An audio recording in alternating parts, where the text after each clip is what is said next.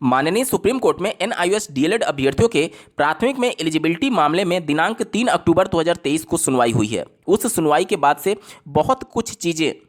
Depend करेगी अगली सुनवाई, जिसकी डेट फाइनल हो चुकी है 31 अक्टूबर 2023 को, क्योंकि ऑनरेबल जस्टिस के द्वारा लगातार क्रॉस क्वेश्चन पूछे जा रहे थे एनआईओएस डीएलएड के वकील से, और ये दिशा और दशा तय करेगी अगली सुनवाई के लिए।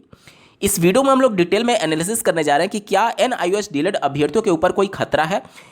या सुप्रीम कोर्ट से भी उनको राहत मिल जाएगी, जिस प्रकार से अनेक हाई कोर्ट ने उनके फेवर में फैसला दिया हुआ है। अंत तक जरूर जुड़े रहिएगा बिना किसी पार्ट को स्किप किए हुए। नमस्कार दोस्तों, मेरा नाम है नीरज, आप देख रहे हैं कैरियर बिट यूट्यूब चैनल। अगर आप इस चैनल पर पहली बार विजिट कर रहे हैं तो इसको सब्सक्राइब करते हुए बेल आइकन को प्रेस करना ना भूलें। ऑनरेबल सुप्रीम कोर्ट के द्वारा जो बीएड के संदर्भ में 11 अगस्त 2023 का जजमेंट दिया गया था, उस जजमेंट को लेकर के एनआईओएस डीएलएड अभ्यर्थियों से कंपेयर किया जा रहा है कि जब बीएड जो कि रेगुलर कोर्स था 2 साल का, जब उसे बाहर किया जा सकता है तो फिर एनआईओएस डीएलएड तो 18 माह का कोर्स है, इसे क्यों नहीं बाहर किया जा सकता। देखिए, दोनों कोर्स का कंपेरिजन नहीं हो सकता, क्योंकि आप ऐसे समझिए, आप ये सभी चीज़ें भावनात्मक तौर पर सोचने और समझने के लिए ठीक लगती हैं, लेकिन तार्किक तौर पर ये सोचने समझने के लिए ठीक नहीं लगती। कैसे, ध्यान से समझिएगा। 11 अगस्त का जो जजमेंट सुप्रीम कोर्ट ने दिया है वो 2 पॉइंट के आधार पर दिया है। पहला कि एनसीटी ने जो 28 जून 2018 का गजट नोटिफिकेशन निकाला था, वो कानून बनाने की प्रक्रिया गलत पाई थी, क्योंकि एमएचआरडी मिनिस्ट्री के द्वारा दिए गए आदेश के आधार पर ही वो केवल गजट नोटिफिकेशन जारी कर दिया गया, बिना एक्सपर्ट कमेटी बनाए हुए ही। तो पहला तो ये कानून बनाने की प्रक्रिया गलत थी, इस वजह से बीएड अभ्यर्थियों को बाहर किया गया। और दूसरा और सबसे महत्वपूर्ण जो ऑनरेबल सुप्रीम कोर्ट ने पॉइंट को अंडरलाइन किया, वो आर्टिकल 21A को अंडरलाइन किया था, जिसमें उन्होंने ये कहा कि 6 से 14 साल के जो बच्चे होते हैं उनको गुणवत्तापूर्ण शिक्षा का मौलिक अधिकार है। अब चूंकि जो बीएड वाले कैंडिडेट हैं उनमें वो पैडागोजी नहीं होती है कि जो 6 से 14 साल के बच्चों को पढ़ाने के योग्य हों, और इसी पॉइंट के आधार पर उन्होंने पैडागोजिकल एस्पेक्ट के आधार पर बीएड अभ्यर्थियों को अपात्र घोषित कर दिया था। अब ये दोनों पॉइंट जो कि बीएड को अपात्र घोषित करता है, वो एनआईओएस डीएलएड की कंडीशन में लागू नहीं होता है। क्यों नहीं लागू होता है? एनसीटी के 22 सितंबर 2017 का अगर आप रिकॉग्निशन लेटर देखेंगे, देखिए मैं ये नहीं कह रहा हूं कि एनआईओएस डीएलएड बिल्कुल सेफ है या फिर बिल्कुल उस पे ऊपर खतरा मंडरा रहा है, लेकिन जो चीजें फैक्चुअल तौर पर हैं उसे आपको समझना बेहद जरूरी है। 22 सितंबर 2017 का जो रिकॉग्निशन लेटर था एनआईओएस डीएलएड के संदर्भ में, यहां पर अगर आप देखेंगे तो पहले ही पैरा में यहां पर बातें मेंशन की गई हैं। देखिए यहां पर, देखिए तीसरे पैरा में मेंशन की गई हैं, इन view of the above mention direction of the ministry of human resource and development under section 29 of NCT act 1993। NCT जो संस्था बनाई गई है वो एक संसद से पारित कानून जो कि 1993 में एक एक्ट धारण किया, उसके सेक्शन 29 में ये मेंशन किया गया है कि एनसीटी संस्था जो होगी वो एमएचआरडी मिनिस्ट्री यानी केंद्र सरकार के द्वारा दिए गए समय समय पर सुझाव के अंदर कार्य करेगी। ठीक है, और उसी के अंतर्गत ये सुझाव दिया गया था एमएचआरडी मिनिस्ट्री से कि हमारे देश भर में 11 लाख ऐसे कैंडिडेट हैं जो कि बिना ट्रेनिंग के शिक्षण कार्य कर रहे हैं। चूंकि हमारे देश में आरटी एक्ट 2009 में केंद्र सरकार के द्वारा संसद से पारित कराया जाता है और वो प्रभावी होता है 1 अप्रैल 2010 से। उसके बाद से एनसीटी को जिम्मेदारी दी गई कि आप इसके संबंध में मिनिमम एलिजिबिलिटी तय करिए। उसके लिए 23 अगस्त 2010 को पहली बार एनसीटी एलिजिबिलिटी तय करता है। उस एलिजिबिलिटी में जो डीएलएड का ड्यूरेशन मेंशन किया गया है वो 2 वर्ष मेंशन किया गया कि कम से कम 2 साल का होना चाहिए, यानी 24 मंथ का। अब एनआईओएस डीएलएड जो कोर्स डिजाइन किया गया था उसके लिए एमएचआरडी मिनिस्ट्री ने जो आर्टिकल सेक्शन 29 जो कि एनसीटी एक्ट है उसके अंतर्गत जो आदेश दिया था, इसके बाद से जो एनसीटी एक्ट है वो ये कहता है कि इसके लिए आपको एक एक्सपर्ट कमेटी बनानी होगी, जो कि बीएड के संदर्भ में एनसीटी ने नहीं बनाई थी। ये बातें सुप्रीम कोर्ट में भी चर्चा हुआ था, जहां पर जो डीएलएड के कैंडिडेट थे उन्होंने एक आरटीआई का जवाब दिखाया सुप्रीम कोर्ट में, जिससे ये बातें स्पष्ट हो गई कि एनसीटी खुद स्वीकार कर रही है कि इस प्रकार का बीएड के संदर्भ में कोई भी एक्सपर्ट कमेटी नहीं बनी थी। लेकिन अगर वहीं एनसीटी के एनआईओएस डीएलएड मामले में आप देखेंगे तो देखिए ध्यान से पढ़िएगा, इस वाले जो पैराग्राफ दिया गया इसका तीसरा लाइन में देखिए एक्सपर्ट कमेटी का मेंशन किया गया। देखिए and after considering the recommendation of expert committee chairperson NCT is exercise to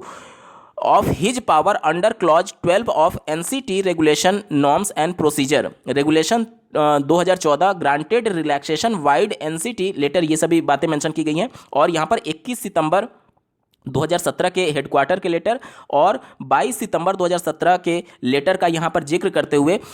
यहाँ NIOS DLED को कुछ रिकॉग्निशन प्राप्त किए गए हैं, उसके बारे में बताई गई है। यानी कि NCT का ये 22 सितंबर 2017 का जो रिकॉग्निशन लेटर है उसमें साफ शब्दों में मेंशन किया गया है कि इस प्रकार का एक्सपर्ट कमेटी बना था और उसके संबंध में बाकायदा इन्होंने लेटर का भी जिक्र किया है। यानी कि जो बीएड के मामले में था कि एक्सपर्ट कमेटी NCT ने नहीं बनाई थी, वो एक्सपर्ट कमेटी यहाँ पर बनाई गई थी। यानी कि कानून बनाने की प्रक्रिया सही है अभी तक के हिसाब से, ठीक है। यानी कि पहला बीएड वाला जो मामला था कि कानून बनाने की प्रक्रिया, गजट बनाने की प्रक्रिया गलत थी, वो NIOS DLED की कंडीशन में लागू नहीं होती है, क्योंकि यहां पर एक्सपर्ट कमेटी NCT ने बनाई थी, साफ शब्दों में इसके लेटर में मेंशन किया गया है। इसके बाद से ध्यान से समझिएगा, जो दूसरा पॉइंट है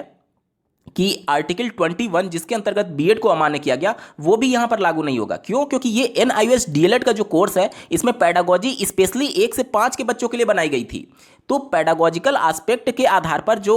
गुणवत्तापूर्ण शिक्षा की बात 21A करता है, वो बीएड के पास सुप्रीम कोर्ट ये कह रही है कि नहीं है। लेकिन चूंकि ये डीएलएड का ही कोर्स है, डीएलएड का कोर्स है जो कि स्पेशली डिजाइन किया गया है 1 से 5 के लिए, तो वो पेडागोजिकल एस्पेक्ट NIOS DLED के पास है। तो यहां पर दोनों कोर्स को आप कंपेयर नहीं कर सकते कि बीएड और NIOS DLED, दोनों में जमीन आसमान का अंतर है। एनसीटी के पत्र के अनुसार इनके लिए एक्सपर्ट कमेटी बनाई गई थी, यानी कानून बनाने की प्रक्रिया सही है। दूसरा जो आर्टिकल 21A की बात की गई है ऑनरेबल सुप्रीम कोर्ट के जजमेंट में, वो ये NIOS DLED वाला जो कोर्स है वो स्पेशली डिजाइन किया गया है 6 से 14 साल के बच्चों के लिए ही, यानी कि प्राइमरी स्तर के बच्चों के लिए। उस कंडीशन में अगर आप देखेंगे तो पेडागोजिकल एस्पेक्ट इनके पास है, यानी कि इनके गुणवत्तापूर्ण शिक्षा का भी हनन नहीं हो रहा है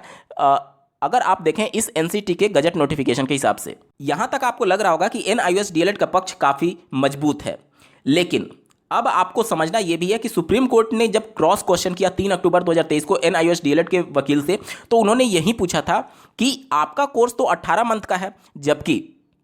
जो 23 अगस्त 2010 का जो नोटिफिकेशन है NCT का, वो कहता है कि एटलीस्ट 24 मंथ का होना चाहिए DLED कोर्स, यानी 2 वर्षीय होना चाहिए। यहां पर देखिए जो ये 22 सितंबर 2017 का लेटर है, उसमें जो रिकॉग्निशन प्रोवाइड किया गया है, उसमें दूसरा वाला पॉइंट ध्यान से पढ़िएगा। इसमें मेंशन ये किया गया है कि any provision related to duration of the programme so as to reduce it to 18th months instead of 2 year and the requirement of 6 month internship to be submitted within the duration of 18 month। कहा यह जा रहा है कि जब केंद्र सरकार MHRD ministry ने यह तय किया कि देश में 11 लाख जो अनट्रेंड टीचर हैं उनको ट्रेनिंग दी जाएगी, तो उनके लिए एक डेडलाइन तय कर दी गई 31 मार्च 2019, और 31 मार्च 2019 के बाद कोई भी अनट्रेंड टीचर नहीं रह सकता था। तो उस समय जब ये रिकॉग्निशन दिया गया और जो 31 मार्च 2023 का डेडलाइन था, उनके बीच में अधिकतम 18 महीने का ही गैप था। तो ये संभव ही नहीं था कि 2 साल का इनको ब्रिज कोर्स करा दिया जाए। इस वजह से MHRD मिनिस्ट्री और यानी कि शिक्षा विभाग आप कह लीजिए और NCT ये तय करती है कि जो 2 साल का ड्यूरेशन का कोर्स है हम इनको 18 मंथ में कराएंगे। कैसे? क्योंकि जो रेगुलर DLED कोर्स होता है उनके लिए 4 माह का इंटर्नशिप होता है, प्रत्येक सेमेस्टर में 1-1 माह का। तो वो 4 माह का जो इंटर्नशिप है वो इस कंडीशन में 6 माह के इंटर्नशिप को इस 18 माह के जो इनका ट्रेनिंग प्रोग्राम चलेगा उसी के अंतर्गत सबमिट करने के लिए इस NCT के रिकॉग्निशन लेटर में मेंशन किया गया है। यानी कि ऑलरेडी वो सिस्टम में पढ़ा रहे थे, ऑलरेडी वो टीचर थे और वो ऑलरेडी टीचर हैं, तो जो 4 महीने का रेगुलर DLED कोर्स में ट्रेनिंग लगता है वो ट्रेनिंग वो ऑलरेडी कर रहे हैं। एक तरीके से NCT ये मान करके चल रही थी और शिक्षा विभाग भी यही मान करके चल रहा था, और इसलिए इनको 18 माह में ही पूरा 2 साल का ट्रेनिंग कोर्स कराया जाए, क्योंकि पहले से वो ऑलरेडी टीचर थे, ऑलरेडी पढ़ा रहे थे, यानी इंटर्नशिप उनका चल रहा था ऑलरेडी, इस सेंस में ये माना गया है। दूसरा, ऑनरेबल जस्टिस ने जो क्रॉस क्वेश्चन पूछा NIOS DLED के वकील से, वो ये पूछा था कि ये पूरा जो NIOS DLED का कोर्स डिजाइन किया गया वो तो इन सर्विस टीचर्स के लिए था जो ऑलरेडी सिस्टम में थे, चाहे वो प्राइवेट हो, चाहे एडेड हो या फिर सरकारी विद्यालय में हो, तो फिर उनको भविष्य की फ्रेश रिक्रूटमेंट में कैसे पात्र माना जा सकता है? तो यहाँ पर ये पक्ष थोड़ा सा NIOS DLED के अगेंस्ट में चला जाएगा, इस वजह से क्योंकि देखिए ध्यान से समझिएगा, ये इन सर्विस टीचर्स के लिए पहले से ही डिजाइन किया गया था, और 23 अगस्त 2010 का अगर आप गजट नोटिफिकेशन देखेंगे तो उसमें भी ये बातें मेंशन की गई हैं कि जो पैरा 1 में एलिजिबिलिटी तय की गई है उसमें साफ शब्दों में मेंशन किया गया है कि ऐसे बीएड के कैंडिडेट, ध्यान से समझिएगा मैं क्या बोल रहा हूं, ऐसे बीएड के कैंडिडेट जो कि इस नोटिफिकेशन 23 अगस्त 2010 के नोटिफिकेशन से पहले अगर 6 माह का ब्रिज कोर्स कर रखे हैं तो उनको वो एलिजिबिलिटी तय करना, एलिजिबिलिटी हासिल करना जरूरी नहीं होगा। यानी कि नोटिफिकेशन से पहले अगर बंदे ने ब्रिज कोर्स कर रखा था तो वो पात्र थे। तो वहां के नोटिफिकेशन के हिसाब से देखेंगे तो NIOS DLED के लिए थोड़ी सी मुश्किल की बात हो सकती है, क्योंकि ये जो पूरा ट्रेनिंग कोर्स डिजाइन किया गया था वो इन सर्विस टीचर्स के लिए था कि इनकी जॉब खतरे में ना रहे। और चूंकि ये पहले से सिस्टम में थे और आरटी एक्ट 2009 के प्रभावी होने के बाद से 11 लाख अनट्रेन टीचर थे, उन टीचर्स की जॉब कानूनी तौर पर बची रहे, इसलिए ये कोर्स डिजाइन किया गया था। तो इनको फ्रेश रिक्रूटमेंट में माना जाए अथवा ना माना जाए, ये सवाल उत्पन्न होता है NIOS DLED के संदर्भ में। दूसरा पॉइंट आप इसको ऐसे भी समझ सकते हैं, आरटी एक्ट के धारा 23 के उपधारा 2 में जो बातें मेंशन की गई हैं कि अगर किसी पर्टिकुलर राज्य में मिनिमम एलिजिबिलिटी से संबंधित अभ्यर्थियों की संख्या कम है तो उस समय जो बीएड कैंडिडेट हैं उनको अलाउ किया जा सकता है, लेकिन उनके लिए स्पेशली ब्रिज कोर्स और ये सभी चीज़ें राज्य सरकार समय समय पर एनसीटी की मदद से उनको ट्रेनिंग प्रोवाइड करती रहती है, तो वो स्पेशल केस में चला जाता है। और ये वाला जो मामला था NIOS DLED वाला, ये भी स्पेशल कंडीशन में था क्योंकि देश में जब आरटी एक्ट लागू हुआ तो उसके बाद से 11 लाख जो अनट्रेन टीचर्स थे उनके लिए ट्रेनिंग कोर्स प्रोवाइड करने के लिए ये पूरा प्रोग्राम था। जो इन सर्विस टीचर्स हैं उनके लिए तो किसी भी प्रकार का ट्रेनिंग प्रोग्राम किया जा सकता है उनको सिस्टम में बना के रखने के लिए, लेकिन ये ट्रेनिंग प्रोग्राम क्या फ्रेश रिक्रूटमेंट में अप्लाई होगा, इसको लेकर के ऑनरेबल सुप्रीम कोर्ट ने क्रॉस क्वेश्चन पूछा था, जो कि आगे जब सुनवाई होगी तो इसी सब चीज़ों पर फिर से बहस होने जा रही है। तो जहां बीएड अभ्यर्थियों को कंपेयर किया जा रहा है वो बिल्कुल गलत है क्योंकि दोनों का ग्राउंड अलग है। और जहां तक अगर बात है कि ये बिल्कुल सेफ है या फिर बिल्कुल इन पर खतरा है, तो ये भी बात गलत है क्योंकि अगली सुनवाई में ये सभी चीज़ें डिसाइड होंगी और इन्हीं पॉइंट्स पर फिर से चर्चा होगा कि चूंकि इन सर्विस टीचर्स की सर्विस को बचाने के लिए था तो क्या ये फ्रेश रिक्रूटमेंट में माने जाए अथवा ना माने जाए। इसी प्रकार से जो रिकॉग्निशन लेटर था 22 सितंबर 2017 का, उसी रिकॉग्निशन लेटर में 6 माह के ब्रिज कोर्स की भी बात की गई है, जो कि बीएड अभ्यर्थी 2017 में ही इनको 6 माह का एक ब्रिज कोर्स कंडक्ट कराया गया था, जिसके आधार पर जयपुर हाईकोर्ट ने ऐसे अभ्यर्थियों को अलाउ किया था प्राथमिक स्तर की शिक्षक भर्ती में।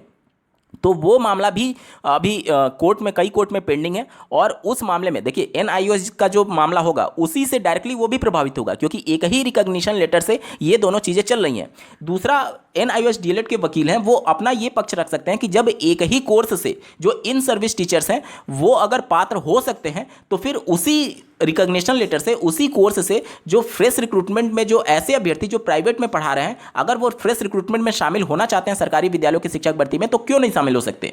क्योंकि ध्यान से समझिएगा, जब वही recognition letter in service teachers को पात्र बना देता है तो वही रिकॉग्निशन लेटर जो फ्रेश रिक्रूटमेंट में है उनको अपात्र कैसे करेगा, ये NIOS DLED की तरफ से अगली सुनवाई में पक्ष रखा जा सकता है। निश्चित तौर पर आगे की सुनवाई बहुत दिलचस्प होगी और बहुत डीपली इस पर चर्चा होगा सुप्रीम कोर्ट में कि क्या वाकई में NIOS DLED आने वाली शिक्षक भर्ती में पात्र होंगे अथवा नहीं। इस पूरे मामले को आप किस नज़रिए से देखते हैं कमेंट करके जरूर बताइएगा और ऐसे ही महत्वपूर्ण अपडेट के लिए इस चैनल को सब्सक्राइब करना ना भूलें। इस वीडियो को देखने के लिए आपका बहुत बहुत धन्यवाद। भगवान करे आपका दिन शुभ हो।